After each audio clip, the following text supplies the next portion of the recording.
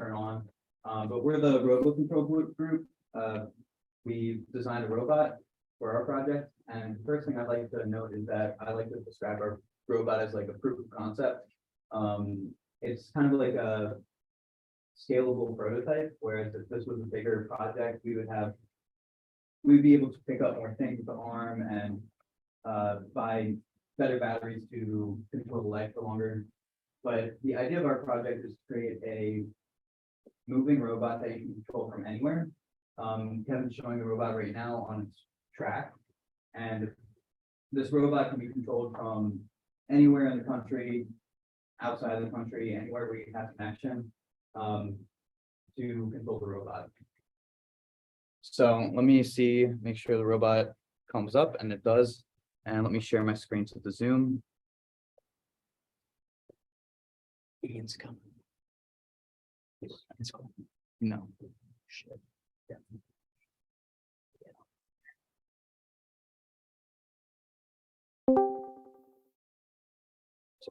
No problem.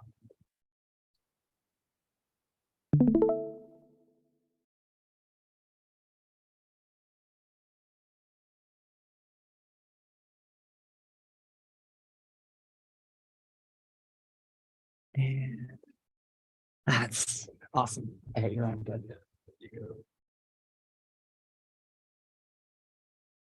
Okay, just confirm. Yep. Okay. All right. So now we're all set up with the website, and we'd like to start by talking about user options. What a user will do first when they come to the website. So you come to the home screen and you first see two options. You have the left side, which is the control interface for the robot, the right side, which is the about page. So let's start with the right side, since we're pretending we're a new user and we've never touched the robot before. Okay, so Cindy, I believe you're on that about page. Yes. All right, so at the top of the about page, the first thing that the user will see is how to get started on using the robot and how to get connected, and just basic control instructions for moving the robot and controlling it. As you scroll down, you can see other descriptions for the robot, such as the program workflow and how the website and the robot connects and what programming languages we use for this project. As I go down, this just describes the robot and how the robot connects with the server and the website, and next the server and how that plays into the role, and also the website and how that connects to the robot as well. Thank you. So now that we know how to control the robot, we have gotten some instructions, got some information. Let's go back to the control page so we can start actually controlling the robot. On the control page, you can see two images here, and Ed will talk about the video processing for that. Yeah, so you can see two video feeds on our website. They're coming from the same camera on the robot, being run through a server, and finally back to our website. And what's happening on the left side is color detection software that we're going to explain a little bit more later. And the robot is using that to work autonomously and run through our track here. Thanks, Ed. So now the next step we're going to talk about is the password system. Peng will be taking over that. From the point of view of a user, after user sign up, his information will be saved in our backend server built by Express framework, and their password will be hashed separately in the backend server, and then in this case we'll use the default password, and if the user enter wrong password, it will give information about that if you are using the one. And also user, and after login, the system will generate a position and for the current user in the queue, and this will help us to keep robot from multiple controls. And then my partner Olivia will introduce the control panel. So Olivia, here's the you're going to start controlling the robot. So the way we've set up our we wanted to be able to do this from like a touch screen, like a phone or tablet, as well as a computer, is that each of these buttons for the treads, the arm, the claw, and the camera can be used just by clicking on the button on the website, so this is forward.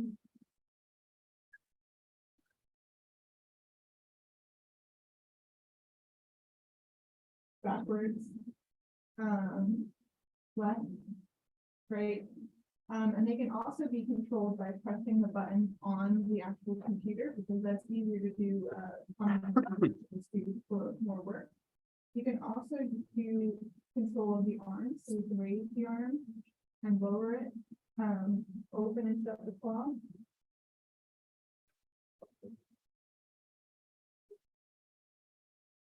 Bring the elbow up and down. And bring the actual arm up and down. The last thing we can do is control the camera, so the camera can go up. And the camera can go back down.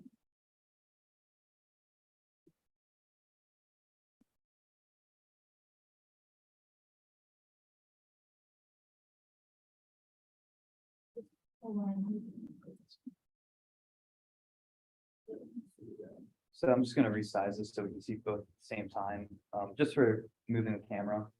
As you can see, the camera can move up and down. There we go. And responds on the screen. So now, since we went over controls, I'll give to Anubhav to talk about the color detection. Once I lower, yeah. All right, so for our Rover Control, we implemented color detection and image processing using our using Python's open computer vision libraries. And as it sort of suggests that we can use RoboControl's camera to just detect colors that as we see fit. And this sort of has a plethora of use cases, but for our purposes, we use color detection and image processing for autonomous movement. And so with that color detection, Kevin can talk more about the autonomous pathway. Okay, so for autonomous movement, you use the OpenCV package that I'll talk about the color detection, or identify what we call contours. So we start from the most strict sense, which is the two contours here, but it also manages the same contour and no contour system. So with two contours, it does its best to find the middle position between the two colors that you guys see on the screen. You see that the fluctuation of the code for the left contour and the right contour, that happens simply because as the RGB values are measured within a range. So something is within those range, you'll identify that number. Please. We'll identify, move, and look around and try to find little point. That whirring you're hearing is the motors not responding, because they're just too weak. But overall, as you go further along, you can see the robot is actually making a slight small adjustment before it hits the end. And once it hits the end, there's usually some counter to see where it will move backwards. If you see that kind of. I'd like to take some time here to talk about like that whirring noise you heard, the difficulties of using hardware with projects like this. So these motors are far from perfect. They have an open gearbox, which allows for debris and air to get caught within that. This will cause the gears misaligning, and misaligning means that they're not going to move the shaft of the gear or of the motor. So this causes for the motor to slip. It causes for more power needed to be able to run the motors, and to do slow turning. The motors need more power. So to do slow turning, you need a motor with higher torque, and that is one of the reasons why we put an extra battery pack on the robot. That extra battery pack allows for one extra battery to be used alongside the two that were already on there. This gives more power to the motors, which allows them to move the system. So now I'm going to give a little demonstration of the possibilities of the claw, because right now the claw is the small scale, but if we were to scale it up on a different level, we could have more use cases for it. So in this demo, I'm a programmer, I'm trying to get done all my work and I throw my trash to the side, right? I don't want to get up, so I use my handy little robot to go and find the receipt, as you see on the screen there. And then I will move the robot over, use the claw to pick up the receipt. And then bring it over to the trash can. Wherever the trash.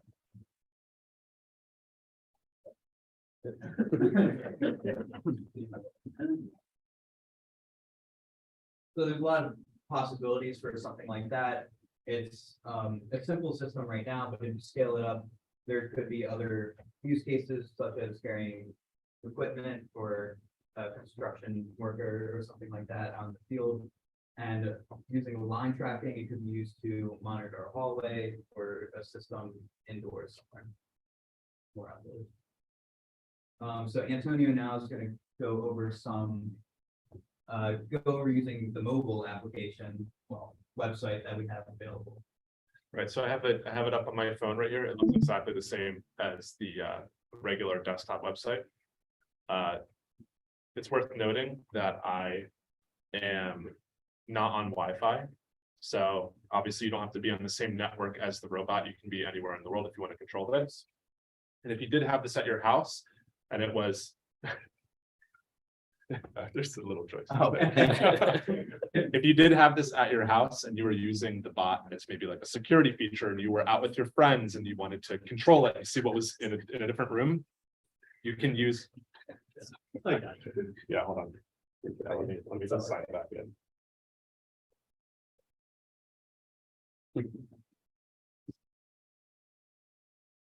Yeah, so again, if you were, let's say, out with your friends and you didn't have access to a desktop and you wanted to look around your house and see what was in maybe your kid's room or what the dog was up to, you can control it straight from your phone. As you can see, I'm controlling it just like you would from the desktop.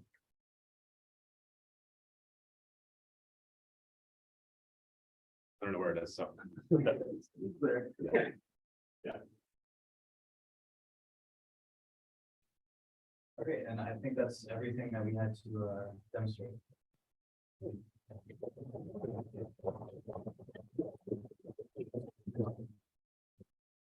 The floor is open to any questions. I have 3 questions actually. You made quite a connection to the server, so are you running in the cloud or what? What's your kind of server state, you guys? No, it was a server at my house, personal server. Okay.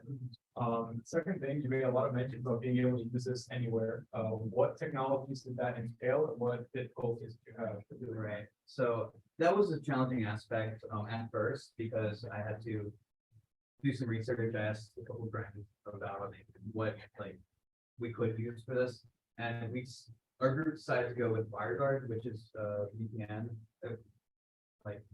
VPN thing used to connect this directly to a VPN server that you have, and that's what's running on my server at home, and that's what this is connected to. So as long as this is connected to Wi-Fi, it has a local connection to the server. And my third question is, what are you using for video streaming? How do you other team use AWS's solution? Since you're not using AWS, what do you do? So video streaming was a tough thing to tackle. We started out using WebSockets and only WebSockets, and that was good, but it wasn't perfect. There was a lot of lag. Sometimes video wasn't showing up, and we decided to end up going with using GStreamer, which is a UDP streaming command line interface that you can use to send commands from the robot to our server, and then we use Flash to send the video from the server to the website. So in the autonomous mode, when the machines were not moving, that's completely due to the weak motors, right? Not the code. It's primarily because of the motors themselves. If we had a bigger budget, we could hopefully get more robust market. This was passed down to you by Professor Wayne. So Part of the problem is that you can use them, right? As you see, we're controlling it, The problem is, it can really only move fast right now because it can't start up slow. So that means when it turns fast a lot. Before, when the gears weren't, stripped, we could just move slowly to the right. That's why you saw it working. I was wondering, the camera was pointed really far down, and that made sense because you're like seeing like the two yellow lines. Did you think about moving the camera up and just like generally going towards the yellow? We did, the issue with that was the fact that we're detecting colors within the range. So if any other, say, variant yellow existed, it would also detect that, and we would have to put the confidence assessments on. So the lower we get, the more isolated. That being said, though, we can reduce that range to a very specific value. I think that if we didn't rely solely on, say, just a visual spectrum camera, we utilize something more like IR or something else. And that would probably be we utilize a combination of the two in order to affect a much narrower range, which to identify this. As you can see in the video, we actually, like, you can tell it's on purpose because we actually 3D printed the camera mount. It had an original camera mount, but it was much too high. It was horizontal, to the floor. So we needed to angle it down. So can you move the camera down? So when it goes down all the way, you can see that this angle here allows it to angle more towards the floor. And that's a custom 3D printed part along with the battery mount.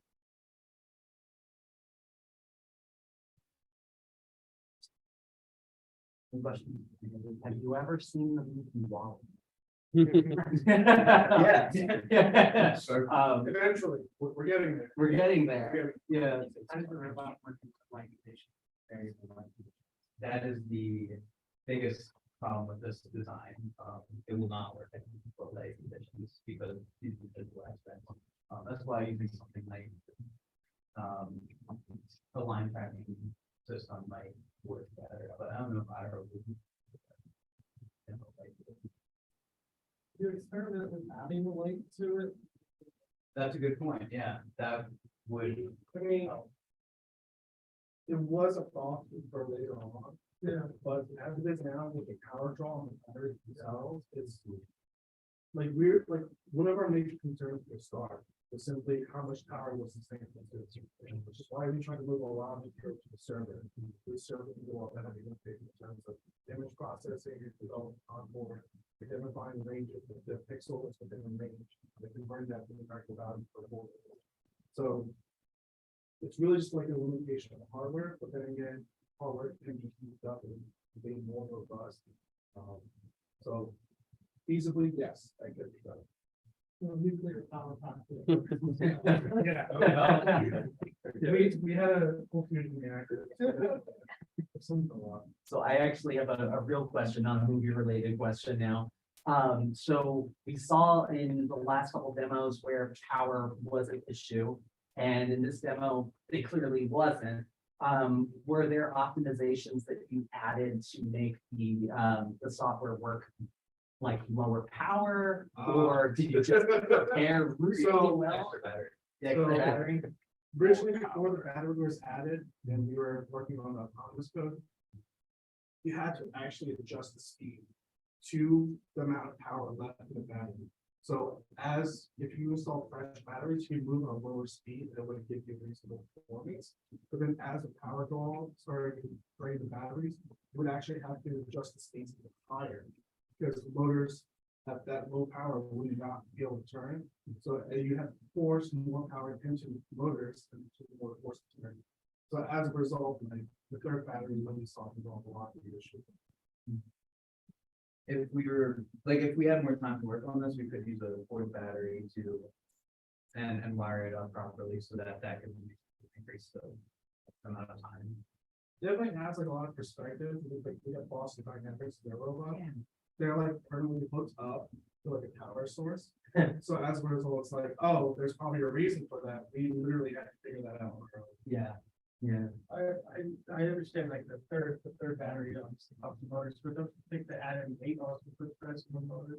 Yeah, but it's a trade-off because right now, like that increases the voltages. These motors run at 12 volts. So since the motors run at 12 volts, it was getting, but each of these batteries is 3.7 volts, so it's getting, what's that? 7.4 volts. So with the increase, with the extra battery, that increased that to about 14 some volts, which, or no, not 14. It was like 14 11 volts. But 11 volts is 3.7 volt. That. Thank you. So about 11 volts, which helps with the, Don't remember, is the robot powered by the Raspberry Pi embedded system? Like, what is making all of the motors function? Raspberry Pi. Raspberry Pi. Yeah, there's a hat on top of the Raspberry Pi that distributes the motor and servo.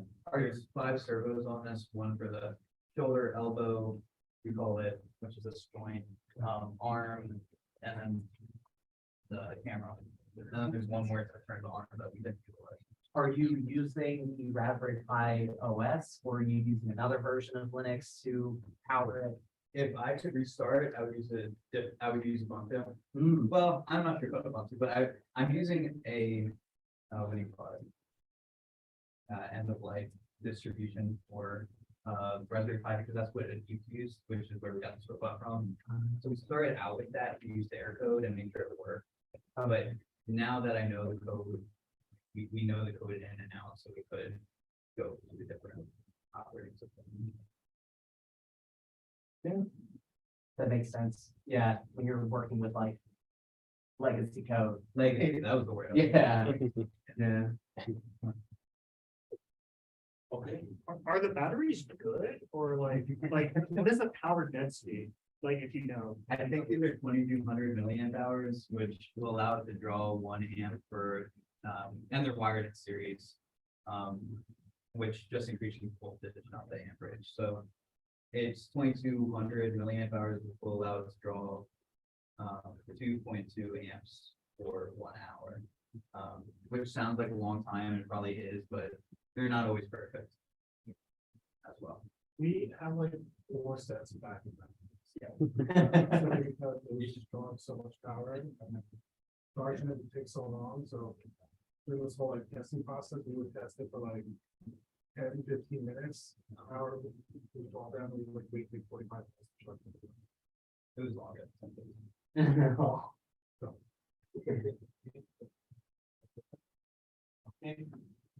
Thank you very much.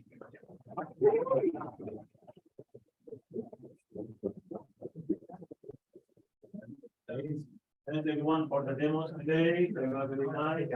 And we appreciate your hard work for the semester. Remember, you need to fill out the self-evaluation for your team members. I recall the deadline maybe it's tonight. It's a couple days, but I know that I made the assignment tonight. Okay, actually, we go on with this tonight, this not tonight, but at least you already now know your team members.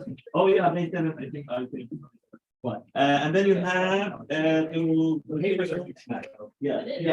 all the documents that were due tonight. That May 7th, yeah, on the May 7th, the application. I postponed it because we didn't have.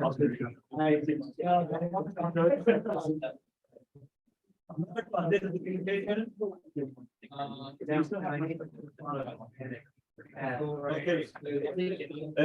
Okay, everyone. One last thing.